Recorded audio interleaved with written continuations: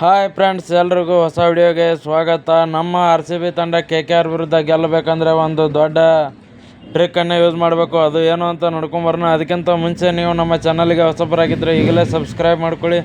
ಹಾಗೆ ಪಕ್ಕದಲ್ಲೇ ಇರೋ ಬೆಲ್ಲೈಕನ್ ಮೇಲೆ ಆಲ್ ಅಂತ ಕ್ಲಿಕ್ ಮಾಡ್ಕೊಳ್ಳಿ. ಬನ್ನಿ ವಿಡಿಯೋ ಶುರು ಮಾಡೋಣ. KKR ಕಡೆ ನೋಡೋದಾದರೆ ಒಂದು ಬ್ಯಾಟಿಂಗ್ ಬೆಂಕಿ ಇದೆ ಅಂತಲೇ ಹೇಳ್ಬೋದು. ಯಾಕಂದರೆ ಆ ಥರ ಎಲ್ಲ ಎಕ್ಸ್ಪೀರಿಯನ್ಸ್ ಬ್ಯಾಟ್ಸ್ಮನ್ಗಳೇ ಇದ್ದಾರೆ ಆಲ್ಮೋಸ್ಟ್ ಆಲು. ಬಟ್ ನಮ್ಮ RCB ಏನಾದರೂ ಟಾಸ್ ಗೆದ್ದರೆ ಒಂದು ಚೇಜಿಂಗ್ ತೊಗೊಳ್ಬೇಕಂತಲೇ ಹೇಳ್ತೀನಿ. ಯಾಕಂದರೆ ಚೇಜಿಂಗಲ್ಲಿ ರಜತ್ ಪಟ್ಟಿದಾರ್ ಅವರು ಸ್ಪಿನ್ನರ್ಗೆ ಚೆನ್ನಾಗಿ ಆಡ್ತಾರೆ. ಬಟ್ KKRಲ್ಲಿ ಒಂದು ಸುನಿಲ್ ನಾರಾಯಣ್ ಹಾಗೆ ವರುಣ್ ಚಕ್ರವರ್ತಿ ಸ್ಪಿನ್ ಬೌಲಿಂಗ್ ಮಾಡ್ತಾರೆ. ಏನೇ ಅಂದರೂ ಕೂಡ ಒಂದು ಸ್ವಲ್ಪ ನಮ್ಮ RCB ಅವರು ಟಾಸ್ ಮೇಲೇ ಡಿಪೆಂಡ್ ಆಗುತ್ತೆ ಅಂತಲೇ ಹೇಳ್ಬೋದು. ಯಾಕಂದರೆ KKR ಅವರು ಏನಾದರೂ ಟಾಸ್ ಗೆದ್ದು ಡಿಪೆಂಡ್ ಮಾಡ್ಕೊಳ್ತೀನಿ ಅಂದರೆ ಒಂದು ಸ್ವಲ್ಪ ಕಷ್ಟನೇ ಅಂತ ಹೇಳ್ಬೋದು ನಮ್ಮ RCB ಬಾಲರ್ಸ್ಗಳಿಗೆ.